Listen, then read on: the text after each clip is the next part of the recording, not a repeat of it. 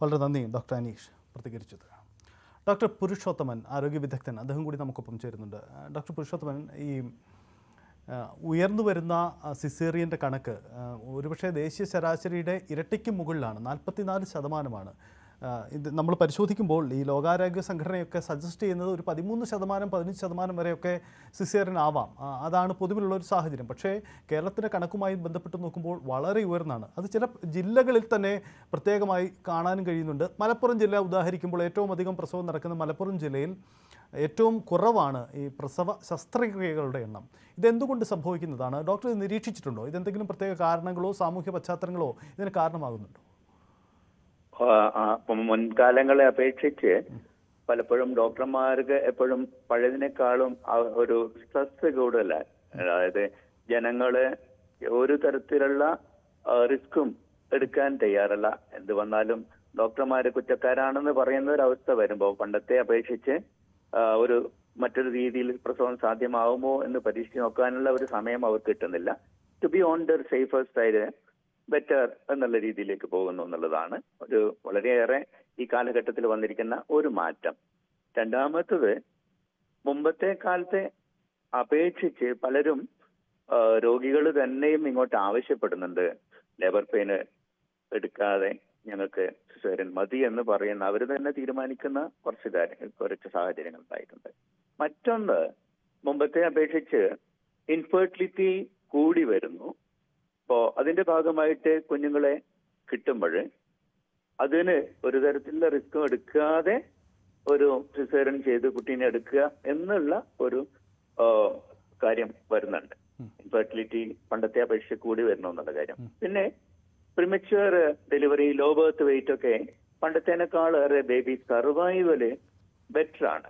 അപ്പൊ ഇന്നത്തെ സാങ്കേതിക വിദ്യകളൊക്കെ മെച്ചപ്പെട്ട് വന്നപ്പോൾ നേരത്തെ തന്നെ ചില കോംപ്ലിക്കേഷൻസ് പണ്ടത്തേനേക്കാളും നേരത്തെ ഫലപ്രദമായി കണ്ടുപിടിക്കാൻ പറ്റും. ഇപ്പോ ബ്ലഡ് വെസൽസിന്റെ ഫ്ലോ ഡോപ്ലർ വെച്ചിട്ട് കണ്ടുപിടിക്കുന്നു. അത്തരത്തിലുള്ള കാര്യങ്ങൾ കണ്ടുപിടിക്കുന്നതോടുകൂടി തന്നെ സിസേറിയൻ ചെയ്യുകയായിരിക്കും ഉത്തമം എന്ന് തീരുമാനിക്കുകയും അങ്ങനത്തെ ഒരു കാര്യത്തില് കൂടുതൽ പണ്ടത്തേനേക്കാളും കേസുകൾ സിസേറിയൻ വരുന്നുണ്ട്. തീർച്ചയായിട്ടും ആവശ്യത്തിന് വേണ്ടി സിസേറിയൻ ചെയ്യുക തന്നെ വേണം.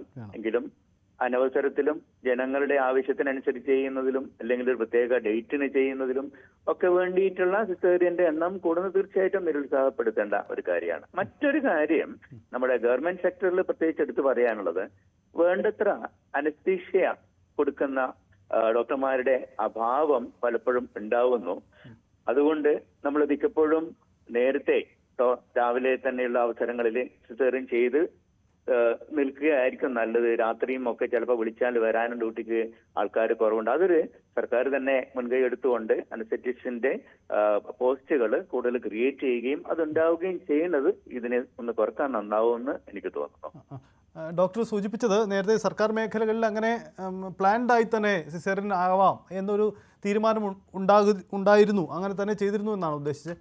അതല്ല, അതായത് നമ്മള് എല്ലാവരും ഉണ്ടാവുന്ന സമയങ്ങള് രാവിലത്തെ സമയങ്ങളിൽ മിക്കവാറും 7:45, 8 മണി തൊട്ടുള്ള പീരീഡില് 2 മണി വരെ എല്ലാവരും ഉണ്ടാവുന്ന ഒരു അവസ്ഥയാണ്. മറ്റുള്ള സമയങ്ങളിൽ ഡ്യൂട്ടി വെച്ചിട്ടാണ് ചെയ്യുന്നത്.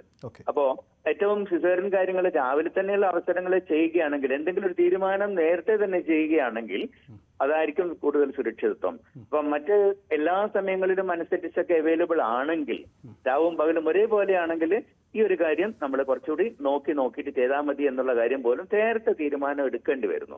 അത്തരത്തിലുള്ള സാഹചര്യം ഉണ്ടാവുന്നത് രാത്രി ഡ്യൂട്ടിക്കും കാര്യത്തിനൊക്കെ വേണ്ടുന്ന അത്രയും അനസ്തീഷ്യ ആൾക്കാരുടെ ഒരു അഭാവം തന്നെയാണ്. അപ്പൊ അതൊന്ന് കുറക്കുന്നത് ഈ ഒരു തീരുമാനങ്ങൾ കുറച്ചുകൂടി ഏത് സമയത്തായാലും പെട്ടെന്ന് തന്നെ ഇടപെടൽ നടക്കും എന്നുള്ളൊരു സാഹചര്യം ഉണ്ടാവുകയാണെങ്കിൽ അത് സിസേറിയൻ ഒഴിവാക്കാൻ സഹായിക്കും. ഡോക്ടർ, ഒരു കാര്യം കൂടി, നമ്മളിപ്പം മലപ്പുറം ജില്ലയുടെ സാഹചര്യം കണക്കെടുത്ത് പരിശോധിച്ചപ്പോൾ ഒരു പ്രത്യേകത കാണാൻ കഴിയുന്നുണ്ട്. കാരണം ഏറ്റവും അധികം പ്രസവം നടക്കുന്ന ജില്ലയാണെങ്കിലും അവിടെ നിരക്ക് കുറവാണ്, ശസ്ത്രക്രിയാ നിരക്ക് കുറവാണ്. എന്തുകൊണ്ടാണ് അത് സംഭവിക്കുന്നത്? എന്തെങ്കിലും സാമൂഹിക കാരണങ്ങളുണ്ടോ? കാരണം മലപ്പുറം ജില്ലയ്ക്ക് ചില പ്രത്യേകതകൾ നമ്മൾ നേരത്തെയും ചർച്ച ചെയ്തിട്ടുള്ളതാണല്ലോ. മലപ്പുറം ജില്ലയില് പഴയ 1-2 ദശകങ്ങൾക്കപ്പുറത്ത് കേരളത്തിൽ ഉണ്ടായിരുന്ന ഒരു സാഹചര്യം, അത് ഡോക്ടർമാരുമായിട്ടുള്ള ഒരു വിശ്വാസം അല്ലെങ്കിൽ കുറ്റപ്പെടുത്തുന്ന കാര്യങ്ങൾ കുറച്ച് കുറവാണ് എന്നുള്ള ഒരു കാര്യം ഇവിടെ മലപ്പുറം ജില്ലയിൽ എനിക്ക് തോന്നുന്നു. അത് ഡോക്ടർമാരുമായിട്ടുള്ള ബന്ധങ്ങളും വിശ്വാസങ്ങളും ഇത്തിരിയെങ്കിലും റിസ്ക് എടുക്കാനും ഒന്ന് പറഞ്ഞ് രണ്ടാമത്തെ ഡോക്ടർമാരുടെ കഴുത്തിന് പിടിക്കുന്ന ഒരു സാഹചര്യം കുറച്ച് കുറവാണ് ജില്ലയിൽ എന്ന് തോന്നുന്നു. അതായിരിക്കാം. യെസ്, എന്തായാലും ഡോക്ടർ ഒരു കാര്യം, ഈ വിഷയത്തിൽ നമ്മൾ ഗൗരവത്തോടെ കണ്ട് ഏതെങ്കിലും തരത്തിൽ ഇതിലൊരു ഗവൺമെൻറ് തല ഇടപെടലിൻ്റെ ആവശ്യമോ അല്ലെങ്കിൽ ആ ഒരു അവയർനെസ്സിൻ്റെ പ്രശ്നങ്ങളോ കൂടി ഇതിൻ്റെ അകത്ത് ഉണ്ടാവുന്നുണ്ടോ? അങ്ങനെ അത്ര ഗൗരവത്തിൽ നമ്മളിതിനെ കാണേണ്ടതില്ലേ? തീർച്ചയായിട്ടും. അതായത് ഇതൊരു നല്ല ട്രെൻഡാണ് എന്ന് പറയാൻ പറ്റില്ല. ലോകം മുഴുവനും തന്നെയും സ്വാഭാവികമായിട്ടുള്ള രീതിയിൽ പ്രസവം നടക്കാൻ സാധ്യതയുണ്ടെങ്കിൽ അത് തന്നെ പ്രോത്സാഹിപ്പിക്കണം എന്നുള്ളത്. അതേസമയത്ത് തന്നെ മറിച്ചും ആവരുത്. എന്തെങ്കിലും കാരണങ്ങൾ കൊണ്ട് കുട്ടിക്ക് അപകടം അല്ലെങ്കിൽ അമ്മക്കോ കുട്ടിക്കോ അപകടം ഉണ്ടാവാൻ സാധ്യത നമ്മൾ സിസേറിയൻ ചെയ്യാതെ വൈകിപ്പിച്ചിട്ടുണ്ടാവുകയും ചെയ്യരുത്. അപ്പൊ അപ്പുറവും ഇപ്പുറവും ഒരേപോലെ തന്നെ കണക്കിലെടുത്തുകൊണ്ട് വേണം ഈ ഒരു കാര്യം തീരുമാനപ്പെടുത്താൻ വേണ്ടി. നമുക്കൊരു ഓർഡറായിട്ട് ഇറക്കിക്കൊണ്ട് ചെയ്യാൻ പറ്റുന്ന ഒരു കാര്യമല്ല. വളരെ നന്ദി ഡോക്ടർ പുരുഷോത്തമൻ പ്രതികരിച്ചതിന്. സംസ്ഥാനത്ത് ആശങ്കപ്പെടുന്ന സാഹചര്യം ഉണ്ടാവുന്നത് പ്രസവ ശസ്ത്രക്രിയകളുടെ എണ്ണത്തിൽ വലിയ വർധനമാണ്. 44%.